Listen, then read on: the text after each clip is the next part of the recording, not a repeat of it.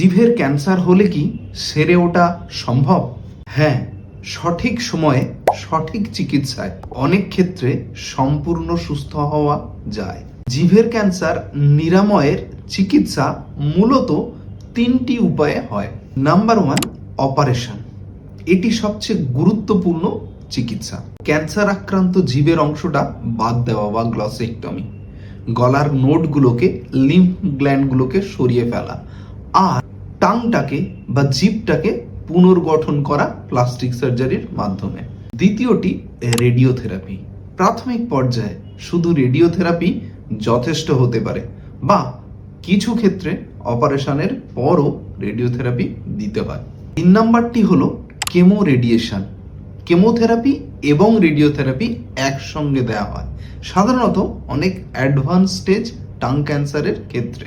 চিকিৎসা মূলত নির্ভর করে রোগের স্টেজ, ক্যান্সারের অবস্থান এবং রোগীর শারীরিক কন্ডিশনের উপর। মনে রাখবেন, প্রাথমিক পর্যায়ে ধরা পড়লে টাং ক্যান্সার সম্পূর্ণ সেরে যাওয়ার সম্ভাবনা অনেক বেশি।